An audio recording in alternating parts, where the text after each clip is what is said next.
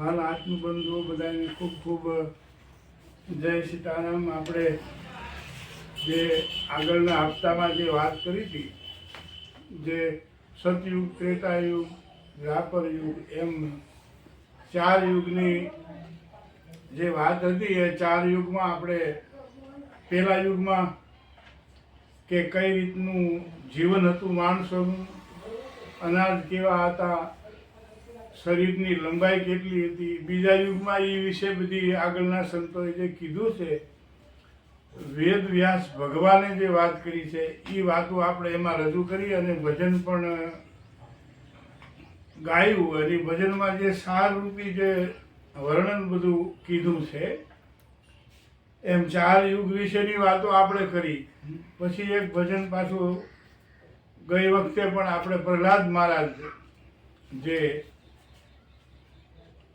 હિરણ્યકશિપુના દીકરા અને બાળ ભક્ત તરીકે જે પ્રથમ યુગમાં થયા પ્રહલાદ મહારાજ, અને એ વખતે ભગવાનને અવતાર લેવાનો થયો તો નરસિંહ અવતાર, એ વાત આપણે કરી હતી અને ભજન બનાવેલું હતું. અને એમાં પણ બાળ ભક્ત પ્રહલાદ મહારાજે જે ભગવાનની ભક્તિ કરી, અને ભક્તિમાં ભગવાને બાળ પ્રહલાદને અનેક કષ્ટીમાંથી, એટલી બધી મુશ્કેલીમાંથી ભગવાને પ્રહલાદ મહારાજને બચાવ્યા. એ આપણે રજૂ કર્યું હતું. અને આજ આપણે જે વાત કરીએ છીએ એ સતયુગની વાત હતી, કારણ કે સતયુગમાં જે અવતારો થયા અને એમાં પ્રહલાદ મહારાજ થઈ ગયા, એ ભક્ત પ્રહલાદનું વર્ણન આપણે એમાં લીધું હતું. હવે આપણે જે વાત કરીએ છીએ એ હરિચંદ્ર રાજા, પછી ભગવાન 14 ભુવનના નાથ શ્રી રામચંદ્ર પરમાત્મા અને શિબી રાજા, એમ જે ત્રેતાયુગ છે એની વાત આપણે કરવી છે. કે જે ત્રેતાયુગમાં આ ભગવાનનો અવતાર થયો અને શિબી રાજા થયા, અને હરિચંદ્ર રાજા પણ અવધના રાજા હતા, અને સતી તારાદે પણ એમના ધર્મપત્ની એટલે સતી રાણી હતા. એનું આ ભજન બનાવ્યું છે, અને એ ભજનમાં સત્સંગ રૂપી જે વાત છે એ આપણે કરીએ છીએ.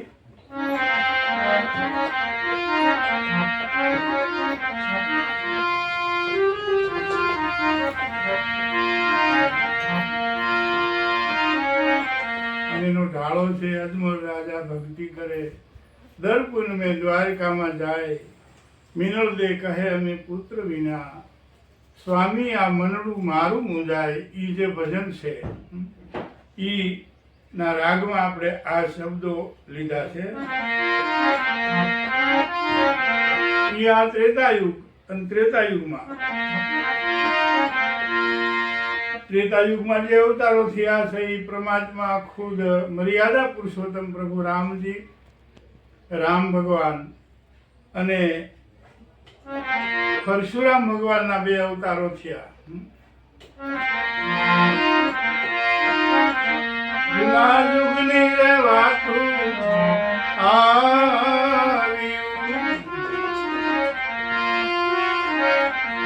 એવા જૂના યુગની વાતું એવી આવ્યું. અરે સાંભળજો આ ત્રેતાયુગની વાત,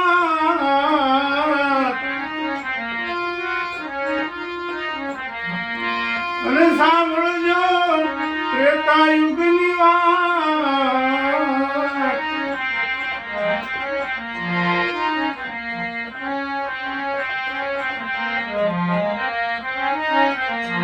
એવા જૂના યુગની વાતું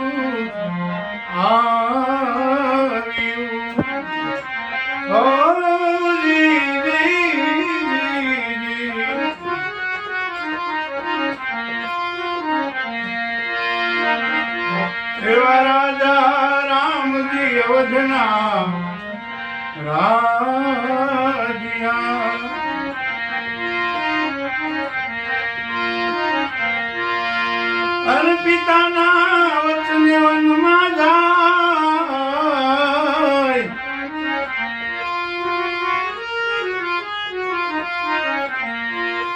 અને પિતાના વચને વનમાં જાય,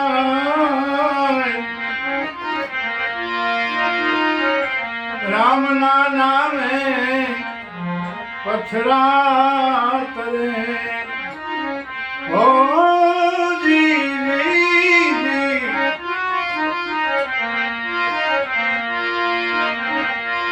પ્રભુને તોલે આવે નહીં કોઈ,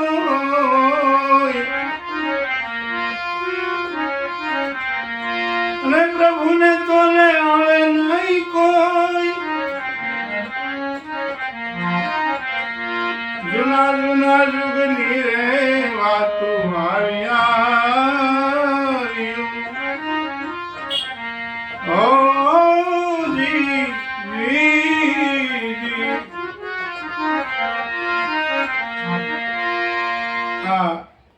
કેવાય. કેટલી બધી સરસ વાત છે કે અવધના મહારાજા હોવા છતાં એક પ્રભુ રામચંદ્ર મહારાજ એ દશરથના ધર્મપત્ની કઈ વચનમાં માગી લે કે રામને વનવાસ ને ભરતને ગાદી અને 14 ભુવનનો નાથ પ્રમાદમાં મર્યાદા પુરુષોત્તમ રામજી પિતાનું વચન પાળવા માટે વગડામાં હાલી નીકળે. હવે અત્યારનો સમય આપણે જોઈએ અને ત્રેતા યુગ કે ઈ અરસામાં કેવા જીવન હતા. માત પિતાની મર્યાદા, માત પિતાના વચનમાં રહેવું, આ બધું આગળના યુગોમાં આપણને કેટલું બધું કહી જાય છે. અત્યારે આપણે આ સમય આ કળીકાળ છે. દીકરાને કોઈ એના પિતા કહે તો એને ગમતું નથી. આ સમય એટલો બધો ખરાબ આવી ગયો છે.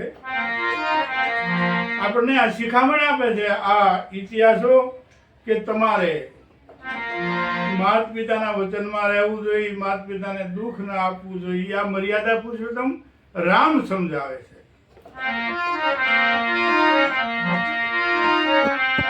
એવા શિબિરે રાજા જેવા રાજ્યા,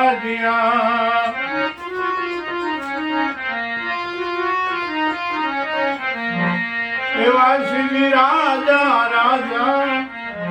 જેવા રાજ્યા.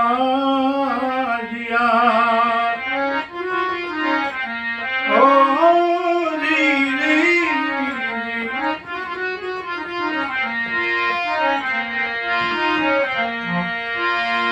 રાખવા આશરા ધર્મની લાજ, અને રાખવા આશરા ધર્મની લાજ. બાજને ઓલો આવે એના આંગણે,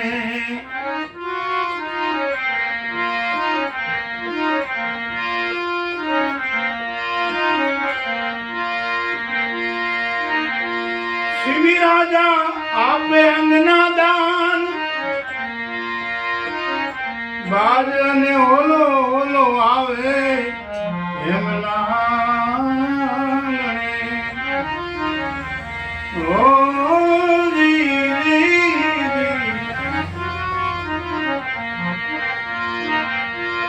અને શિબી રાજા આપે અંગના દાન.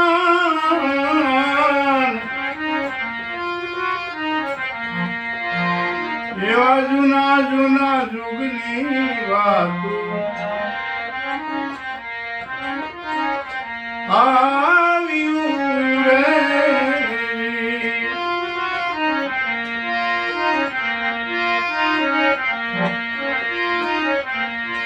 શિબી રાજા એ પણ ત્રેતાયુગમાં થયા.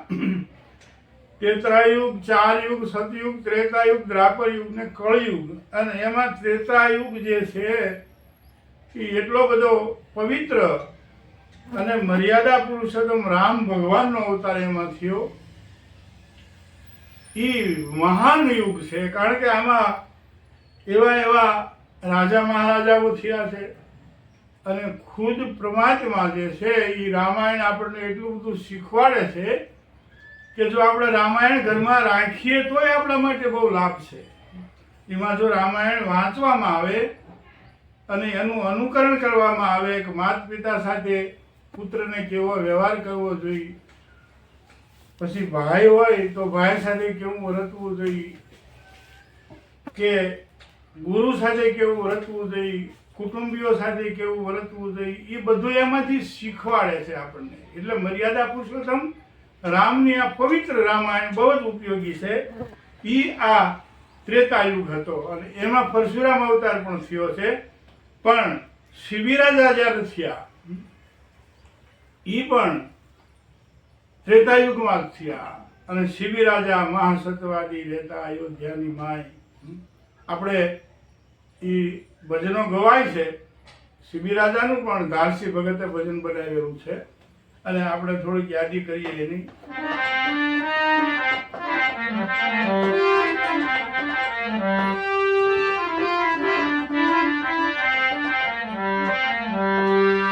શિબિરાજા મહાસત્યવાદી રહેતા અયોધ્યાની દેવ સભામાં વાતુરે ચાલી શિબી સમાન રાજ.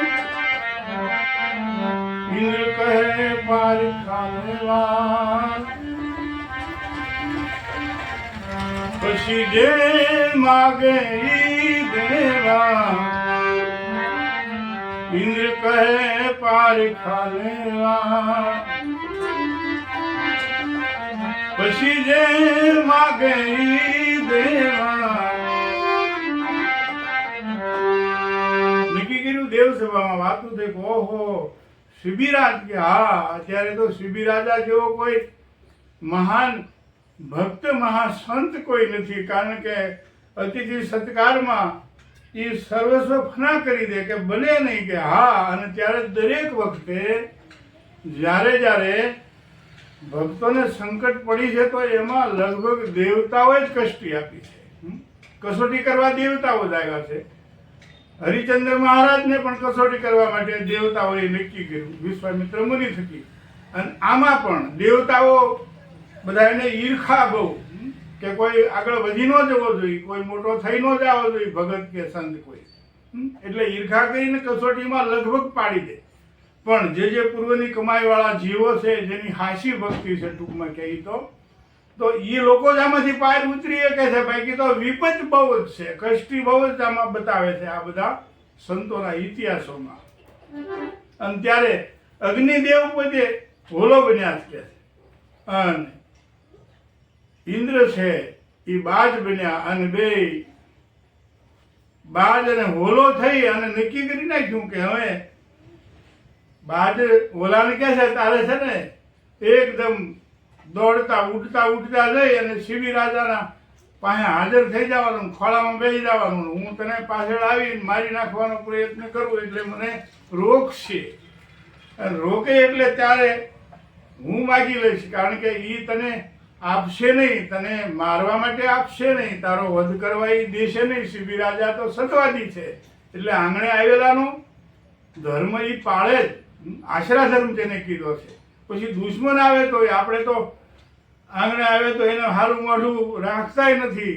પણ દુશ્મન હોય તો પણ એની સાથે વર્તન આપણે પ્રેમ ભાવથી જ કરવું જોઈએ એવું આમાં જાણવા મળે છે.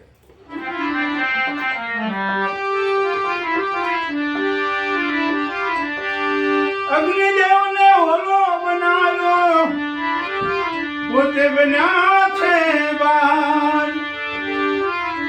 આકાશ માર્ગે ઉડવા લાગ્યા, આવ્યા શિબીને દ્વાર. બોલો કહે મને ઉગારો, પાછળ આવે કાળ મારો.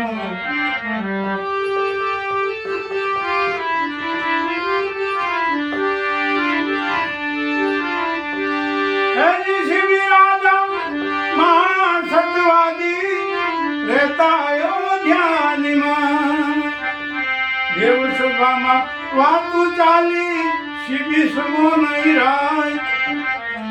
ઇન્દ્ર કહે પારખાનેવા પછી જે માગે દેવા.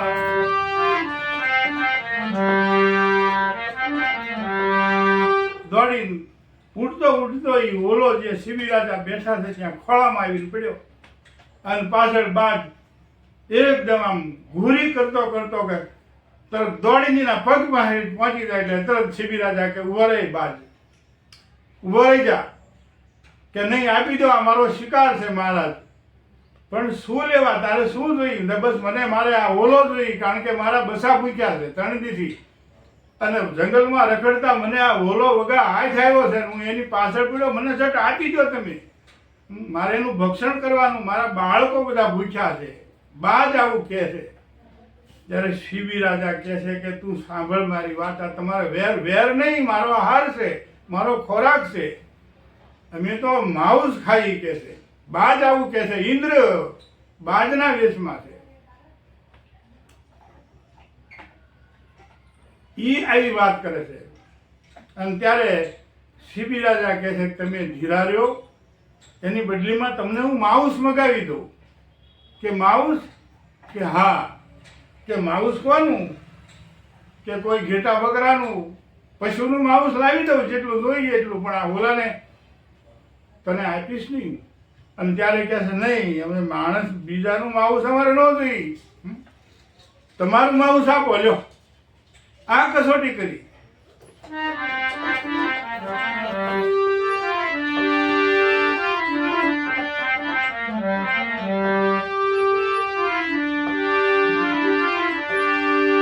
ત્યારે શિબી રાજા પણ માઉસ કાપીને આપો, પણ એ હોલાની ભારોભાર આપી દો કે છે.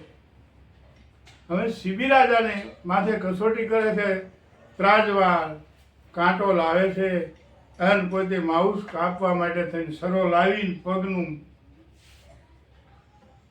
પીંડી કાપી અને હોલાને સામે ત્રાજવામાં બેહાર્યો છે અને સામે એ માઉસ નાખે છે, કારણ કે હોલો ભારોભાર આપી દો. હોલાની ભારોભાર, હોલું એટલે દોઢ પાછળ અડધો શેર વજનનું ન થાય. અને આ તો અગ્નિદેવ છે, કસોટી કરવા દેવતાઓ આવ્યા છે. દેવતાઓ બધા જોવે છે આકાશમાં પોતપોતાના વિમાનમાં કે આ શિબી રાજા શું કરે. શિબી રાજા આ સધર્મ માટે ખપી જવા માટે તૈયાર થઈ ગયા છે, અવધના મહારાજા. અને ત્યારે કહે છે કે જે ભક્તિ છે ને, ભક્તિ કસોટી રૂપ છે. ભિખારા ભક્તિ ન કરે, રાકા ભજને રામ, દેવું બહુ દોયેલું કોક મરજીવાના કામ. અહીંયા આ શબ્દો લાગુ પડે છે.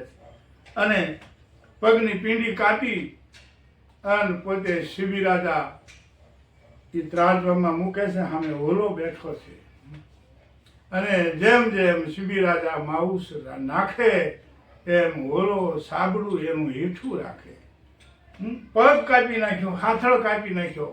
હવે વિચાર તો કરીએ આપણે કે આપણા ઘરમાં અનાજ હોય, તૈયાર રસોઈ હોય, કોઈ આવ્યું હોય તો આપણે ખવડાવીએ નહીં, કારણ કે આપણે ઓછું થઈ ગયું છે. અને આ શિબી રાજા પોતાનું શરીર કાપી કાપીને નાખે છે ઓલાને બચાવવામાં. એ કેટલી એમની મહાન ભક્તિ છે, કારણ કે આ શરીરથી ભૂખ્યા પણ રહેવાતું હોય તો અઘરું પડે છે, એક વાર રહેવો હોય તો આપણે રહેવા તૈયાર નથી. તો આ તો મહાન એવા મહાપુરુષો આ ત્રેતાયુગના. અને પછી શિબી રાજાને એમ થયું ઓહો, આ તો અમે આખા માઉસ કાપી કાપી અને પગના બધા કટકા કરી કરી નાખી દીધા સાબડામાં, પણ હોલો તો સાબ હેઠું જ રાખે છે. અને ત્યારે શિબી રાજા શીશ કાપવા લાગ્યા.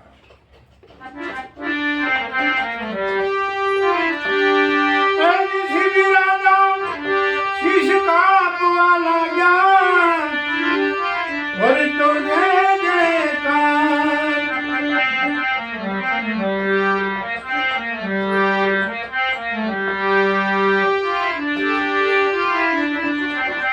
અને શીશ કાપવા માટે ખડગ ઉપાડ્યું.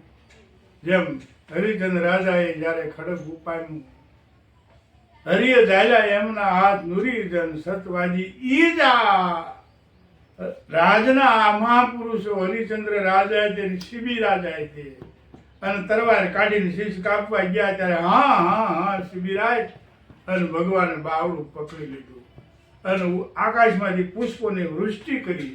ઈ શિબી રાજા. શિબી રાજા સતવાદી રહેતા અયોધ્યાની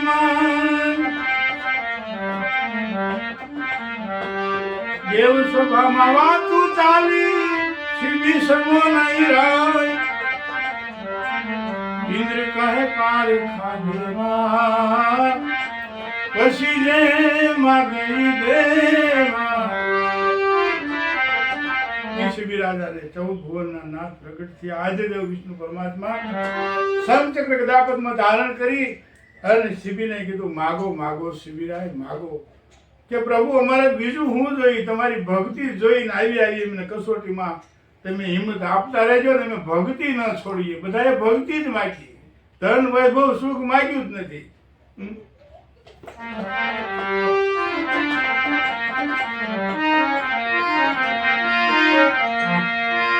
હરિચંદ્ર રાજા રાજા સતવાદિયા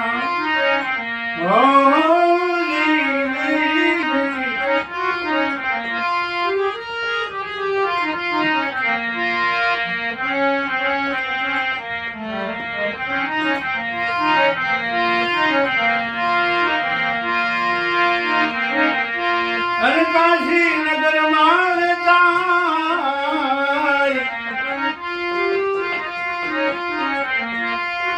કાશી નગર માં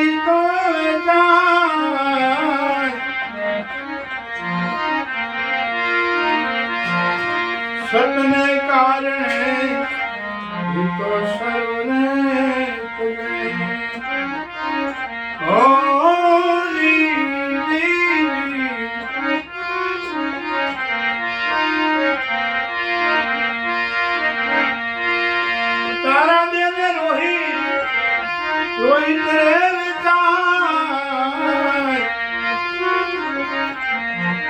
જુના જુના જુગની વાતું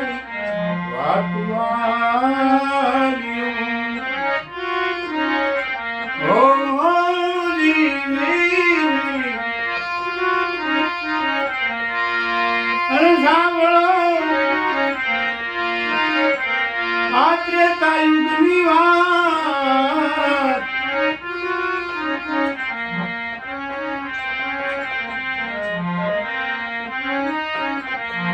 એવા જુના જુના જુગની વાતું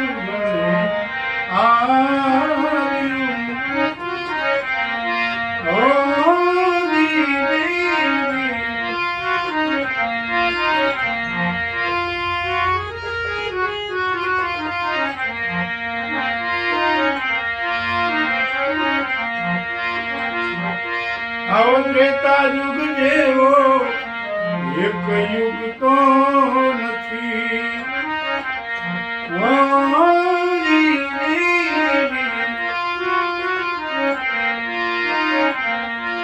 ધન ધન યુગ ના નર નાર અને ધન છે યુગ ના નર નાર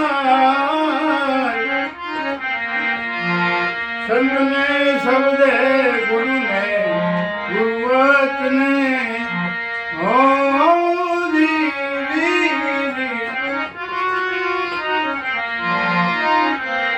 દાસ ધીરજ રામ ગુણ ગાય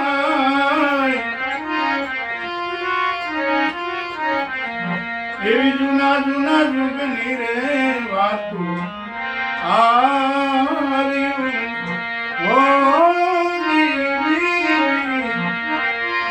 અને સાંભળો ત્રેતા યુગની વાત જુના જુના જુગની વાતું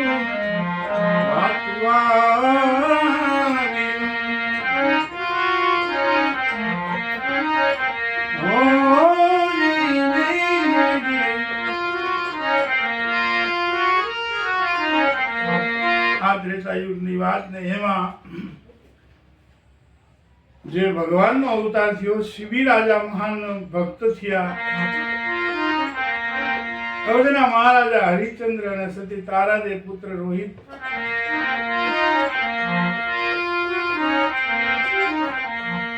એ પણ એટલા મહાન થયા. એટલે આવા આવા યુગો વ્યા ગયા અને આ કળયુગ છે અને કળિયુગમાં તે જે પવિત્ર જીવે છે તો એ આત્મસુખ પામવાના જ છે. એટલે આપણે આ વાત કરી, આગળ પાછી બીજી પાછી આપણે આમાંથી ને આમાંથી કઈ સંતો વિશેની વાતો, પવિત્ર વાતો આપણે રજૂ કરશું. અને કઈ ભૂલ થાય તો માફ કરજો. બાકી બધાને ખૂબ ખૂબ સીતારામ.